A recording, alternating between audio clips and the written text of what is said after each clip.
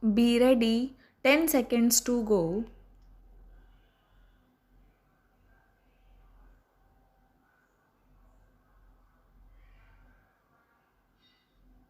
Start. Sir, the Honorable Minister read out the whole list of schemes which the government had been introducing, like the Rural Works Scheme, crash programs, half a million jobs scheme, and the whole plethora of schemes, but he has deliberately concealed the most important thing, namely, despite all these efforts by the government, unemployment has been continuously rising ever since the first 5 year plan. If in the beginning of the first 5 year plan, employment totaled 33 lakhs, now it is anywhere near 400 lakhs plus 30% of the population who are in a state of disguised unemployment.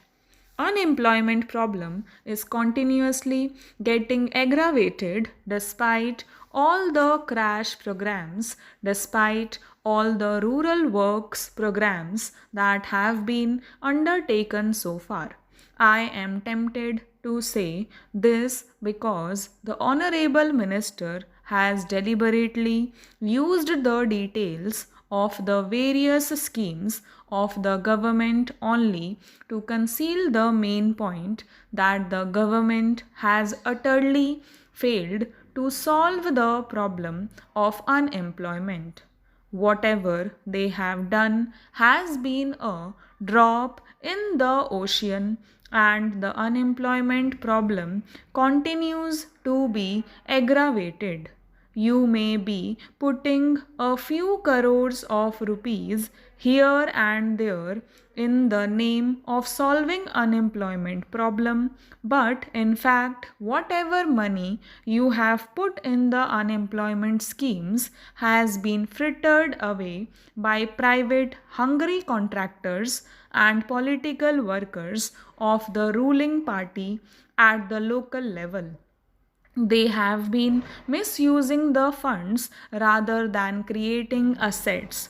I would like the Honorable Minister, for example, to tell the House out of the total investments you have made for the crash programs, for the rural works programs, how much percentage of the total outlay has been spent on productive assets. Government will not be able to give the figures because, like the figures for unemployment, government refuses to collect figures regarding productive assets. How much of the total outlay for employment schemes has been spent on productive assets, creating employment of a permanent nature? In fact, a large proportion of the money has been spent on investments which create only temporary jobs, and the man days that have been added to the total employment figures are only temporary in nature, even if they are real.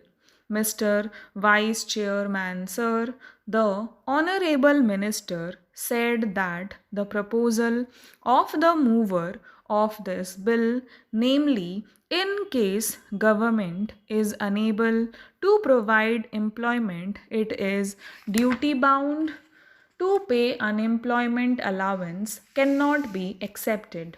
The main reason put forward by the Honorable Minister is that investment should be used in productive schemes and not for giving doles. That was one of his arguments. He said that because of the resource position, the government could not utilize their limited resources for unemployment allowance because the implications would be too large. large amounts of money will be needed for such a scheme. He also said in his characteristic fashion that if unemployment allowance is given, it will add to the inflationary pressure.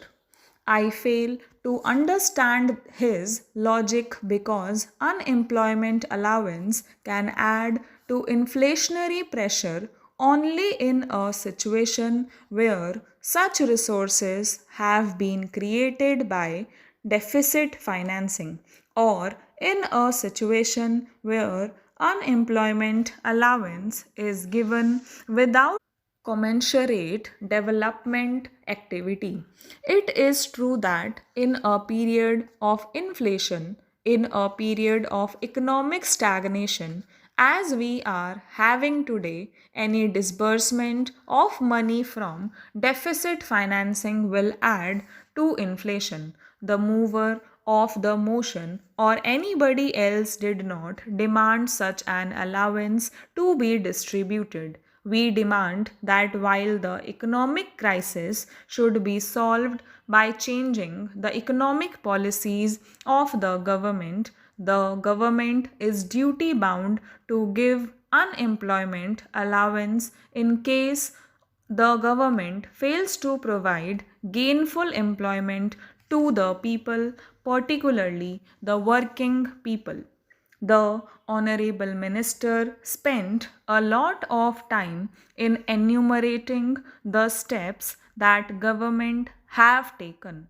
For example, the Bhagwati Committee's interim report was submitted earlier, an interministerial group report was submitted, and the final report was submitted in May 1993.